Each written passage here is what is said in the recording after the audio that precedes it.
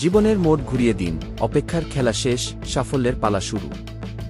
বন্ধুরা, আমরা সবাই সাফল্যের স্বপ্ন দেখি, কিন্তু এই স্বপ্নের পথে সবচেয়ে বড় বাধা কি জানেন? সঠিক সময়ের কি জন্য অপেক্ষা করা। আমরা ভাবি এখনো সময় আসেনি, আর একটু গুছিয়ে নিই, সবকিছু ঠিক হয়ে গেলে শুরু করব। কিন্তু বিশ্বাস করুন, জীবনের সঠিক সময় কখনোই আসে না। যখন আপনি শুরু করে দেন, সেই মুহূর্তটাই সঠিক সময় তৈরি হয়। মায়া। এই ছোট্ট অথচ গভীর সত্যটা যত দ্রুত বুঝবেন, সাফল্যের পথে তত দ্রুত এগিয়ে যাবেন। দুনিয়া নয়, নিজেকে বদলান, সাফল্যের প্রথম ধাপ। আমরা প্রায় দুনিয়াকে বদলাতে চাই, সমাজের ভুল ধরতে চাই, অন্যের সমালোচনায় মগ্ন থাকি। কিন্তু আসল পরিবর্তনটা কোথায় হওয়া উচিত? মানুষ সফল হতে তখন শুরু করে যখন সে দুনিয়াকে না, নিজেকে বদলাতে শুরু করে। একবার নিজেকে বদলে দেখুন, দেখবেন আপনার চারপাশের দুনিয়াটাও কেমন সুন্দর আর ইতিবাচক মনে হচ্ছে। আর শুনুন, যখন আপনি নিজেকে বদলানোর এই কঠিন যাত্রা শুরু করবেন, তখন অনেকেই অনেক কথা বলবে। কেউ হাসবে, কেউ টেনে ধরবে, কেউ বা হতাশ করবে। কিন্তু সত্যি কথা বলতে কি, যে যাই বলুক তাতে আপনার কিছুই এসে যায় না। কারোর কোনো কথায় আপনার খারাপ লাগে না।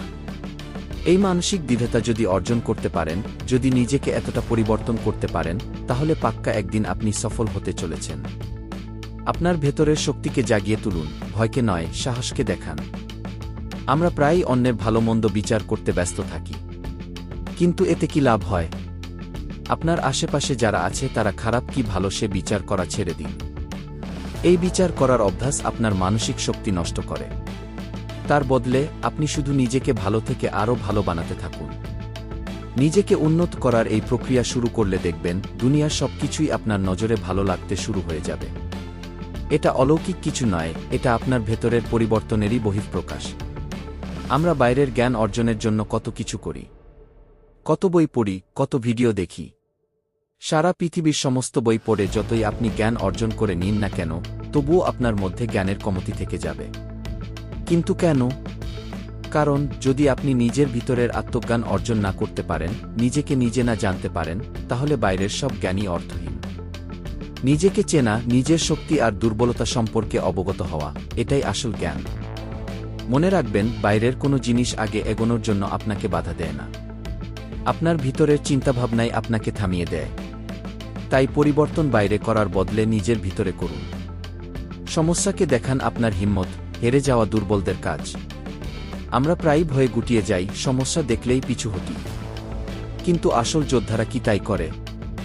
নিজের ভিতরের সাহসকে কখনোই দেখাবেন না আপনার সামনে ভয় কত বড় আছে, বরং সুযোগ পেলে সেই ভয়কে দেখান আপনার ভিতরে সাহস কতটা আছে।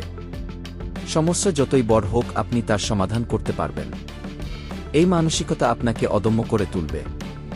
হেরে যাওয়ার ভয়েতে যদি আপনি স্বপ্ন দেখা ছেড়ে দেন, তাহলে আপনি শক্তিশালী না, আপনি একজন কমজোরি মানুষ। সাফল্যের পথে এই দুর্বলতা নিয়ে বেশি দূর এগোনো যায় না।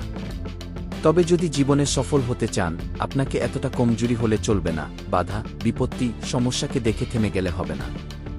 সুযোগকে আঁকড়ে ধরুন। আপনার পরিশ্রমের মূল্য দেবে একটি সুযোগ। একটি গুরুত্বপূর্ণ কথা মনে রাখবেন, জীবন প্রত্যেকটি লুজারকেও লিজেন্ড হওয়ার একটা সুযোগ অবশ্যই দেয়। এই সুযোগগুলো প্রায় ছোট ছোট সমস্যার আড়ালে লুকিয়ে থাকে, আর আমরা অজুহাত দেখিয়ে সেগুলোকে হাতছাড়া করি। তাই সমস্যার অজুহাত দেখিয়ে আপনার সামনে আসা সুযোগগুলোকে চলে যেতে দেবেন না। হ্যাঁ, এটা ঠিক, প্রত্যেকবার হয়তো আপনি সফল হতে পারবেন না, প্রত্যেকটি সুযোগকে কাজে লাগাতে পারবেন না, কিন্তু চেষ্টা করতে থাকলে কোনো একটি সুযোগ আপনার জীবনকে সম্পূর্ণ পাল্টে দেবে।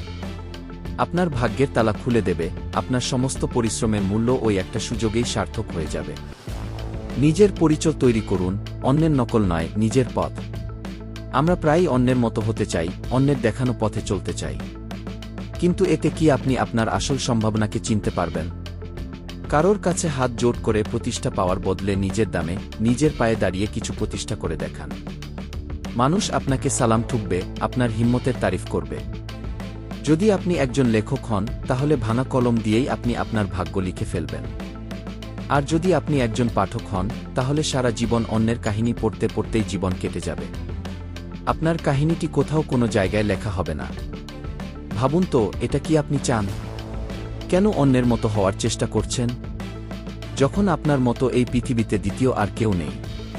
আপনার অনন্যতা আপনার শক্তি, আপনার পরিচয়। আপনার পরিচয় তৈরি হবে আপনার চরিত্র দিয়ে, অন্যের চরিত্রকে নকল করে না। যদি ভিডিওটি ভালো লেগে থাকে তাহলে একটি লাইক করে দিন। আর চ্যানেলে নতুন হয়ে থাকলে সাবস্ক্রাইব করে রাখুন প্রতিদিন একবার করে নিজেকে চার্জ করার জন্য। আপনার মন্তব্য ও অভিজ্ঞতা নিচে কমেন্ট বক্সে জানাতে ভুলবেন না।